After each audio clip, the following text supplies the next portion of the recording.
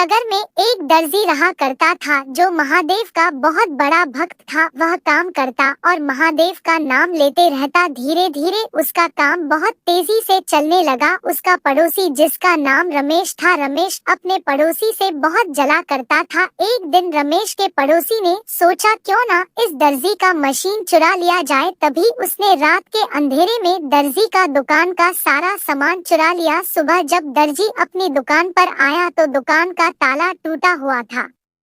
दर्जी अपना दुकान का ताला टूटा देख बहुत ज्यादा परेशान हो गया और वहीं पर बैठकर रोने लगा। तब उसने महादेव से कहा, हे प्रभु, मैं तो आपकी दिन रात भक्ति करता रहता हूँ, मेरे साथ इतना बड़ा अन्याय क्यों हुआ। तभी दर्जी के मन में ख्याल आया कि जरूर भोलेनाथ उनकी परीक्षा ले रहा होगा। तभी रमेश अपने आप को दिलासा दिया और कहा, ठीक है प्रभु की जैसी इच्छा।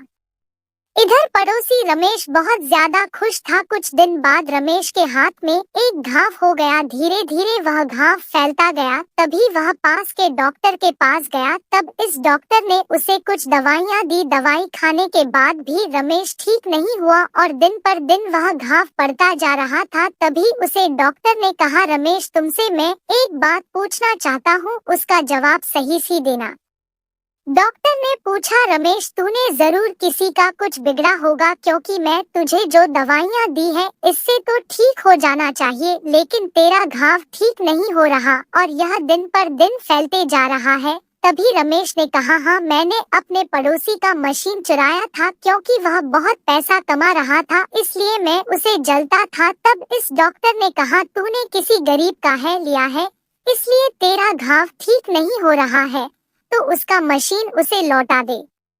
तभी रमेश ने सोचा, यह डॉक्टर सही कह रहा है। तभी रमेश रात के अंधेरे में वह मशीन दर्जी की दुकान के बाहर में रख दिया। सुबह दर्जी जब अपना मशीन देखा तो बहुत ज्यादा खुश हो गया और प्रभु का शुक्रिया कहा। पड़ोसी रमेश को सारी बात समझ में आ गई कि किसी का बड़ा करने से खुद का भला कभी नहीं हो सकता और उसी दिन से वह लोगों की भलाई करने लगा और महादेव से माफी मांगते हुए अपने जीवन की नई शुरुआत की।